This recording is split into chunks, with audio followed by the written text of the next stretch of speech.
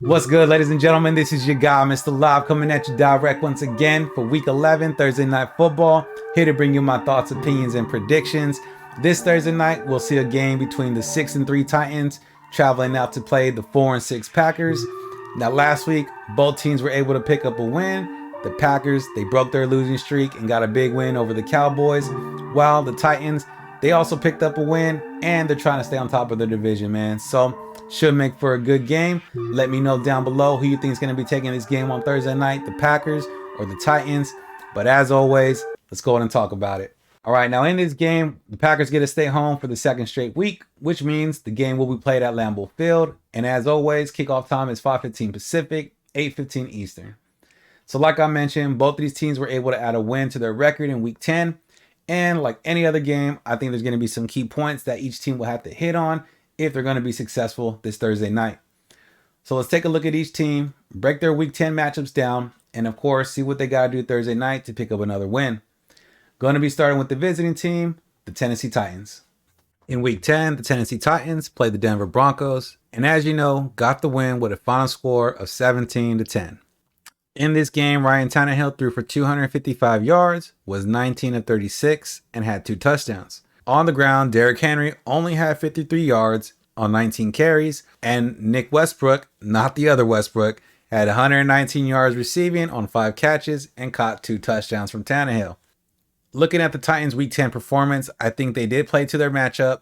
The Broncos may not be having the best year, but that Denver defense is legit. And I think the Titans knew that the run game would not be the best course to win, so they relied on Ryan Tannehill for this one. He pulled through for them and picked up the win. This week against the Packers, I think the Titans will again have to play to their matchup. However, lucky for them, this week, that matchup is what they like to do best. Hand the rock over to your all-star running back and let him wear down the other team's defense.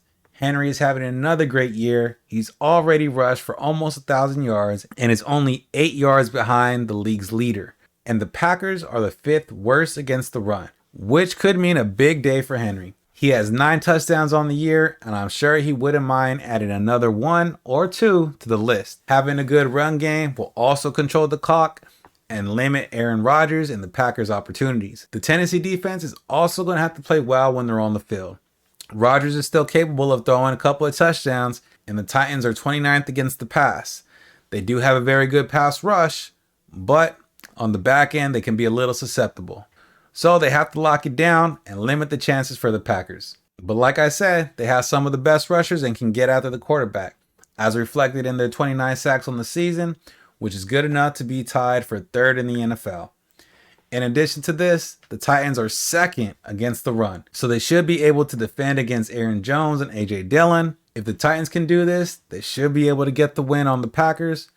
But the Packers, I'm sure, are feeling good after that win in Week 10. So let's take a look at them and their keys to getting another win this Thursday night.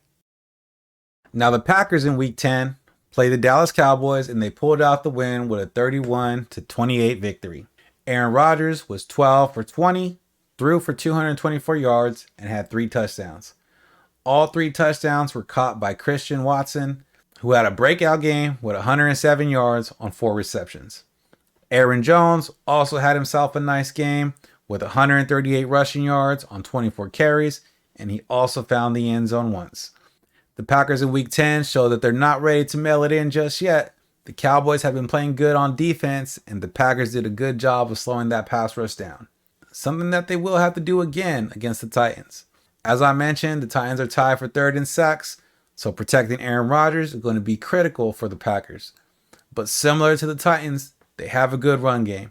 Currently, the Packers are 7th in rushing with Aaron Jones and A.J. Dillon. Making Tennessee respect the run is certainly a way to slow the pass rush. The Packers have also been a little banged up on the defensive side, and leaning on the run game will help the defense from getting exposed. It's going to be interesting to see if Christian Watson can continue his performance. Maybe not to the same extent, but is he going to be a bigger contributor than expected?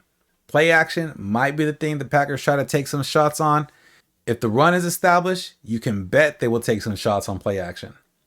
It's pretty much the same game plan as Tennessee.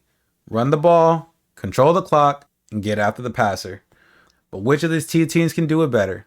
let's get to my prediction and see which one I think that's going to be. All right, man. Prediction between the Titans and the Packers. Who am I going to be taking in this game? Honestly, like I mentioned in the breakdown, I think both of these teams have a similar game plan to get in the win here Thursday night. And because of that, I have to look at who does, those two things better. What I mean, of course, is who's going to be able to control the clock better and who's going to be able to get after the passer better. When I look at the two teams, I think it's kind of obvious who has the better run game and who has the better, rushing attack or passing attack or pass rushers, right? Who has the better pass rushers? And that's the Tennessee Titans, man. Derrick Henry, one of the best backs in the league. If it wasn't for Saquon having a comeback season, he'd be leading the league again in rushing. He's second right now, like I mentioned in the breakdown. So he's still out there doing his thing, having a great year. And when you look at the pass rushers for both teams, I think the Tennessee Titans have proven this year that they can get after the quarterback, shown by the 29 sacks that they have. Not only that, but they have a total of 13 turnovers on the season, which isn't bad. So they might be able to get another one this week. But I do think they are going to be able to stop AJ Dillon and Aaron Jones.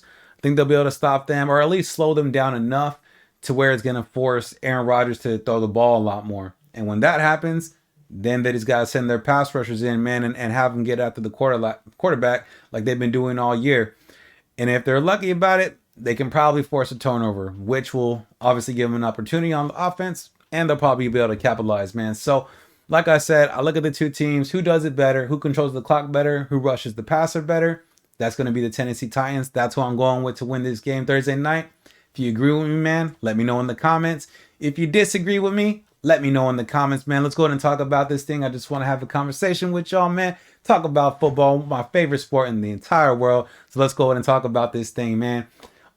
If you enjoyed the video, though, hit that thumbs up for me, man. Drop a comment below or follow your guy for more videos like this, man.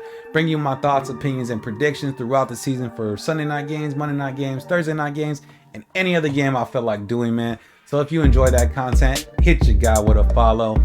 Other than that, though, as always, have a little fun. We'll catch you on the next one, man. Peace out.